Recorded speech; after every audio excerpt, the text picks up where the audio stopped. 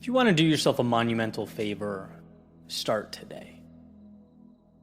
That thing you've been dreaming about, that ideal state, take one small step now. Because I promise you, there'll be a point down the road where you thank yourself. It's just hard to see in the moment. In fact, it's funny how things only make sense in hindsight. Our greatest accomplishments are the result of those little unsure, sometimes uninformed steps we took years back. Decisions we made, quote unquote, back then. And how powerful to think that one choice you make today can ultimately become your back then moment. Your inflection point that changed it all. You are constantly, always, every day, navigating a world that contains the pieces for creation. You're an architect, able to build at your discretion. In those current moments, with a vision and determination, will they transform into the back then moments that start everything. One video, poorly edited, sloppily put together, released to the world without aim or direction, was one of my back then moments. A conversation I initiated with someone who has since changed my life, a back then moment. Choosing to move or adjust or stop or start, all back then moments. Those critical inflection points that change everything. The things we need most tend to, not be a surprise to us. I think all of us, whatever they are in our own individual worlds, we're aware. We know what needs to be done. The challenge is friction in making it happen, right? Either we're scared in the moment, or that road to the ideal state seems like a road too far to walk. We're so consumed by what we don't have that we never give those back then moments a chance. We never initiate and let them materialize, thinking that you have to know everything before you step out your front door. And this idea changed my life. You don't have to know how things will play out. When you're starting something meaningful, the fact that it feels right or interests you alone can be enough, more than enough. It's a calling or invitation to move into the abyss. That powerful proverb so many of us have heard, the best time to have planted a tree was 20 years ago. The second best time is now. It's like we need to start unrolling the red carpet. Because what we'll learn as it unfolds will change us. We'll zig and we'll zag, we'll adjust, make mistakes, sometimes have to backtrack and correct. But none of that happens without step one, right? Nothing happens until you give yourself permission to begin. There's a saying, do one thing every day that scares you. Why? Because you learn to see past the facade that is the fear of starting. You come to understand that without going, there's no change. Without change, things remain how they are, and in a world that only gives you what you ask for, what a tragedy to exit empty-handed. To have had so much opportunity and let it slip by. And this is a message I've delivered a million different times in a million different ways. I do that because, one, it changed my life, and two, I still need it. I need the reminders. It's not like fear goes away. No, I'd do the thing I'm scared of. It would become normal, and without my knowing, I'd create a resistance to doing the next uncomfortable thing. Right? That's the friction that we'll always have to fight. And it's a good fight to take on. Doing one thing every day that scares me reminds me to keep pushing. Not because of how it'll make me feel today, but because of what I'll become tomorrow. You know how rewarding it is for me to do things like speak on stage? Calmly, confidently tell a story or share my voice. 15 years ago, I was so bad at that it was just cringy. It was humiliating, right? But that's not the universe saying no. That's the universe extending a hand and asking if I want it. Like truly want it. And if no, fine. But if yes, then what was required was for me to open that door and step out. Practice. Be vulnerable. As years go by, those quote-unquote back then moments made me who I am today. And I can tell you that I'm proud and grateful that I stepped into that chaos, and everyone has some version of that. And it comes down to an understanding that someday you'll not only thank yourself, but be overwhelmed when reflecting back on your personal transformation. Sure, not a giant leap, but the courage to start and a million steps after that point. Some brought value immediately, some took a little longer, left you with wisdom, but it all meant something. So remember, if you want to do yourself a favor, start today. Begin the beautiful journey of growth, of adjustment, of evolution. Who knows where it'll take you? There will be highs and lows and everything in between. But one thing that is for sure is you'll emerge a different person. A much different person than you would have been had you stayed.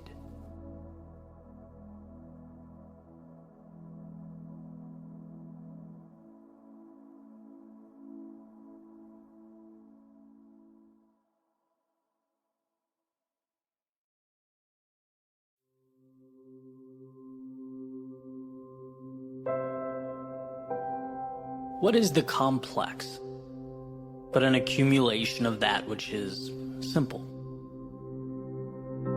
What are big things, if not just a multitude of little things? There's comfort in the understanding that all we have in life, all there is simplicity, easy to understand pieces. It's just that sometimes we stack them so high that they start to take a new shape. But like Greg McKeown references in his book Essentialism, the power isn't always in acquiring answers. You already have them. They're in front of you. The power is in cutting away the things that don't need to be there. Removing all that stands between you and your ideal existence. And I think that's one of life's great misunderstandings. We don't need to find more. We need to remove that excess until we're face to face with what matters. And to adopt this principle, it's nothing short of liberating. Chaos, confusion, disorder, they don't imply that you lack the right things. They suggest you haven't stripped life of the wrong things. You have not simplified. 1,000 miles is intimidating when you look at it holistically. It's a long journey. But it's just a collection of steps, and well, shouldn't we find solace in the fact that anyone can take one step? It's not a game of complexity. It's a game of understanding what's in front of you. And what's in front of you is always manageable. So much of our stress stems from forgetting what that journey is made of. Whether it's a change in career, mastery of an art, some kind of personal transformation, the result we want. When looking at it from the starting line, it's too complex to understand, too many pieces stacked up. So let's break it down. Let's find the foundation. What's really there? What are the 1, 2, 3 things we need to do? What is that golden question? What matters? If you lose sight of that, then you will stumble through life. I've learned this. I've lived it. The time I take to myself every day is invaluable to me because I ask myself those two questions: what matters, and what are the simple steps I need to take? Like, what can I remove? I was talking about this during an interview this week, my personal growth. And one of the most important aspects has been the understanding and the zeroing in on what's important. I used to take so much pride in composing the background music to these speeches, end to end. Right? I used to love to be able to say I did it all. That was, so I thought, the great differentiator. But ultimately, I learned to take a step back and ask what matters here.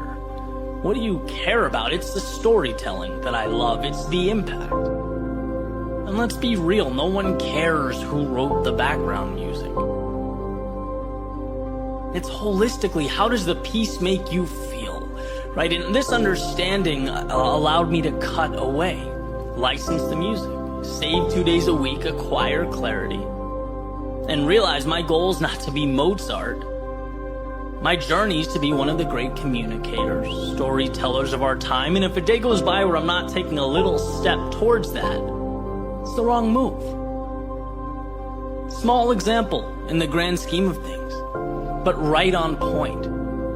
It's the power in understanding what matters that makes a difference, that allows you to grow, evolve. And I'm confident that this not only applies to long-term pursuits, but also our challenging times, the dark moments, the periods of uncertainty and discontent. Same concept. Where do you want to be, and how do you get there? What's the simple thing you can do to close that gap? Because you are never helpless. You can always do something. And my friends, those little somethings ultimately evolve into everything. And when we put our phone away, step beyond the noise, spend time with ourselves, we can see how much of life is running in place. Stacking and stacking pieces that aren't even part of the masterpiece we're trying to assemble. If you want answers, start with the understanding that they're buried under mountains of things you don't need. So cut away. Cut away the people and places and things that convolute your story. Cut away the exhaustion of time that provides no value in return. Cut away the thoughts that make life more complex than your journey from where you are to where you'd like to be. As you stand right now, you have everything you need, and there's nothing greater than that, nothing more powerful than that understanding. So why not step outside the complexity that you've manufactured, that you're living in, into a world of clarity, simplicity, and capture what matters.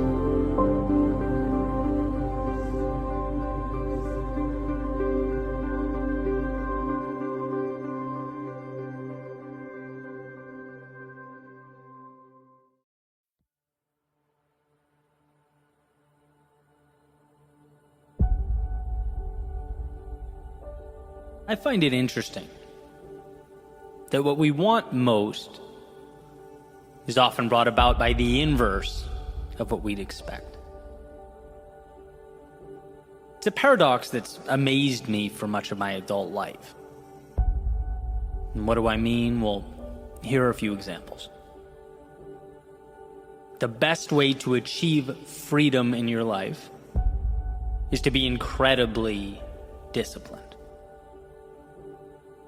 Two things that are seemingly opposite in a sense. Or that the worst of times often open the door to the best of times. Or it's from a position of strength that one is best able to ensure peace. or from our suffering, our pain, comes our purpose and contentment. Right? And you get the point. I could go on and on and on. But the reason this is so important, why I think it's worth discussing, is that it sheds light on the value hidden within our struggles. You know, when you realize the paradoxical nature of growth, the discomfort makes a little more sense. It's easier to wrap our hands around. So let's say getting up early. Perhaps you weren't a morning person, but you're trying. You're trying because you think those few extra hours in the morning will add some lift. Right? The alarm clock goes off. The last thing you want to do is open your eyes. Maybe you even start thinking, who cares, right? This isn't that important. You begin rationalizing ways you'll go back to bed and just make up for the time throughout the day. But when you simplify the equation, you realize what you have is an opportunity. And you're either going to say yes and capitalize on that opportunity, or say no and stay where you are. Discipline, even with the small, seemingly trivial stuff, becomes freedom. And if you want to position yourself for a life on your terms, where you're at the wheel on your schedule, it means facing demons just like this. It means you fight your fight now so that you can mitigate it later. Rather than saying, I wish, or beating yourself up for not being a little bit tougher in the moment, you instead get that sense of accomplishment. You get the luxury of time and freedom. And I think that's a simple but perfect example of how discomfort in one moment becomes contentment in future moments. Not a very intuitive trade-off. Or how about our low points? We all know no one escapes low points.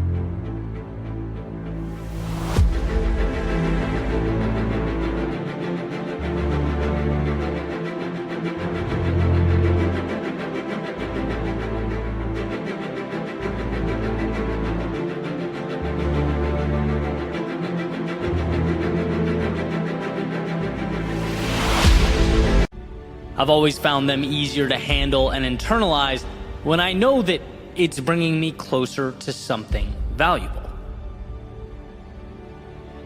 When I know that there's something good on the other side, and that the pain I'm feeling, the thoughts that are inevitably going to pass through my mind like clouds on a windy day, they're obviously not ideal. But they're not a waste either, because something will come of them. And the goal in that moment, under the duress, is not to move the immovable. After all, you can only control what you can control. But it's to simply put one foot in front of the other until you emerge from the storm, because we all eventually emerge from that storm. It's when we get into the habit of trying to do what is outside the scope of our control that we do ourselves a disservice. Because look, we're human, equipped with human biology and human emotions, navigating a tough world that is indifferent to how we feel or what we think. And while we can certainly strengthen and fortify that emotional IQ, the reality is no one is on a high all the time. Life is ups and downs. And when we realize our superpower is not to fight the down times, but to accept them, take them in stride, learn from them, and extract the value, we empower ourselves. We're giving ourselves permission to live life just a little fuller after what we've experienced. The human experience requires many seemingly contradictory puzzle pieces all working together in unison to create that final illustration we're looking for. Not just discipline and freedom, not just low points and high points, but countless others. Jordan Peterson, of course, famously discusses chaos and order, and how both not only exist, but are pivotal to a fulfilling life. We are designed for chaos. We must step out into unknowns, situations that feel bigger than us. The courage to do so ultimately becomes the pathway to order. As we get used to the change, we acclimate, we find our answers, and ultimately create a sense of fulfillment. The challenge being that now we have conquered our demon, we must prepare for the next. Because just like too much chaos isn't good, too much order is equally destructive, right? Another example of something we'd assume as negative: chaos being the thing in actuality that paves the way for better days. It's a staircase. I've heard Tony Robbins say something similar when talking about our need for both certainty and uncertainty.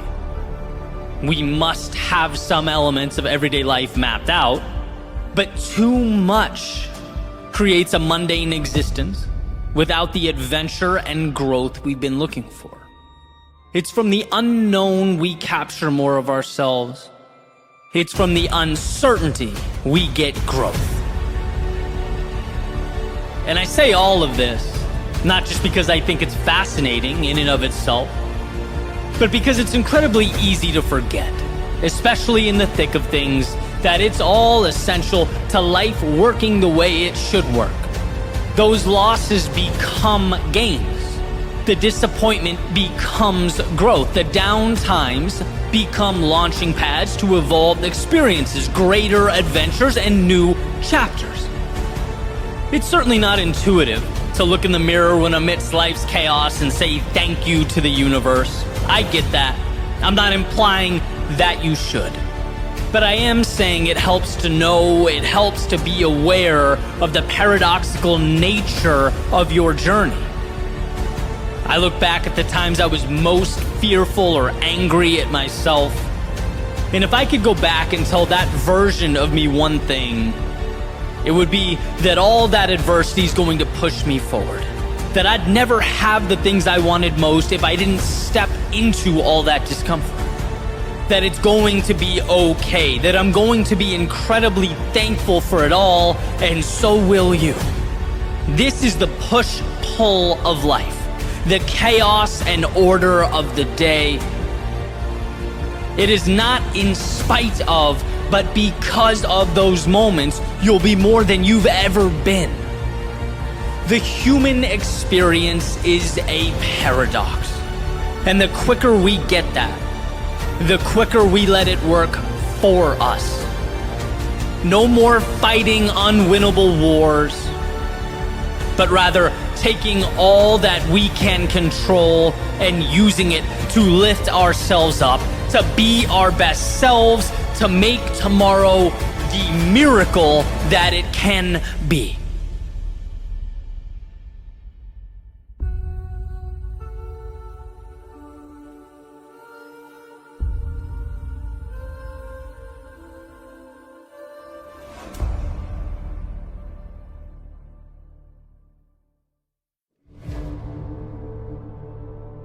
Les Brown has said, "You don't get what you want in life, you get who you are."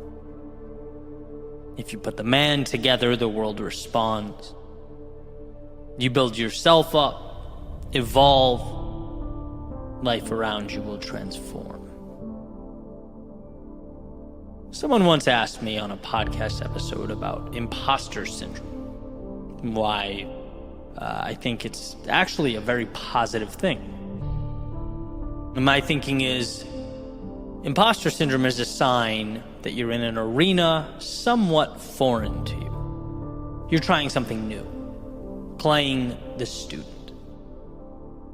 Anytime you do that, of course you're going to feel out of place. You have to. You don't grow without putting yourself in an environment in which growth is possible. We have to shake up the old in order to create the new, and it's that process, to Les Brown's point, that makes us who we are. It creates our reality. Jim Rohn has said something similar in that it's not what we have, it's what we become. Having something is one thing, sure. But building yourself up to be someone who can repeatedly go out and get that thing over and over and over again, well, that's something different altogether. Are you willing to be that vulnerable? To start on the ground floor and work your way up? Because here's the deal.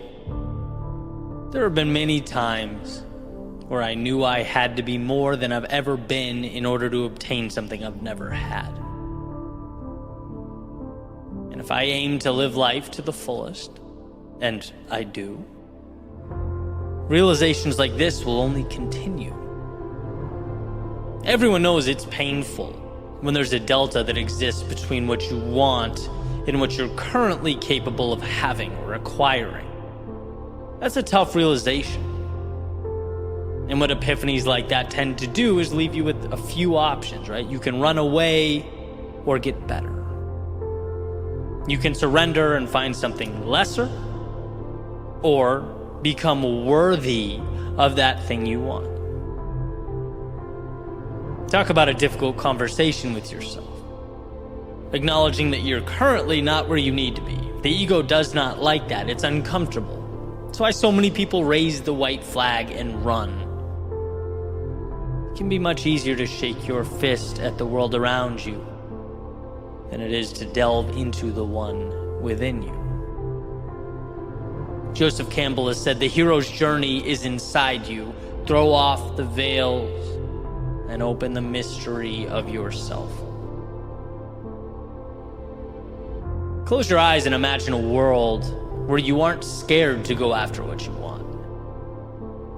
To grow along with your dreams, your goals, aspirations, where you walk directly into that space your curiosity is begging you to explore.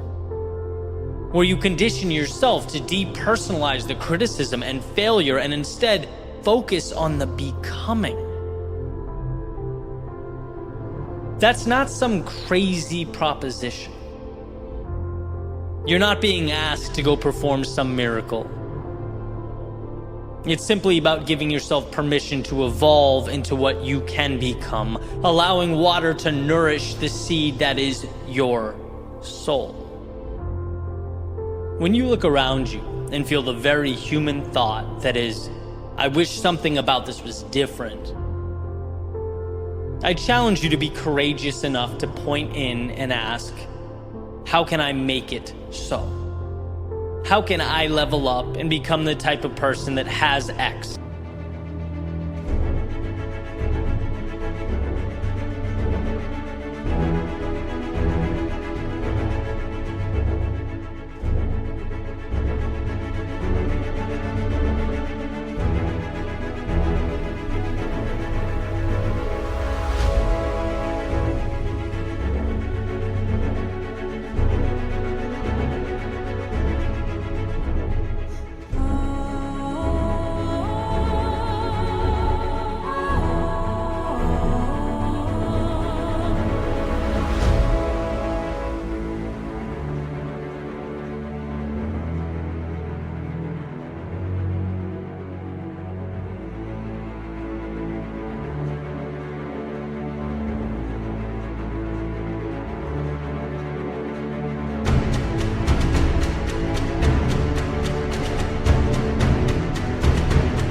That gives Y, that experiences Z. You are capable of filling that gap. Again, not a negotiation with the world, but an agreement with yourself. To accept more discomfort in your life in exchange for the upside that comes with it. There's something to this saying, don't wish it were different, wish you were better. Because again, it places power and control in your hands to evolve and make it reality. It's crazy to me how easy it is, and because of that, how many people complain about something their entire lives without owning the change. Becoming the person who lives differently, sees differently, feels differently, it's all there. You get in life who you are. And how incredible that who you are never ends, it's limitless. If you're willing to push, to grow and change, it is your ticket to the ride of a lifetime.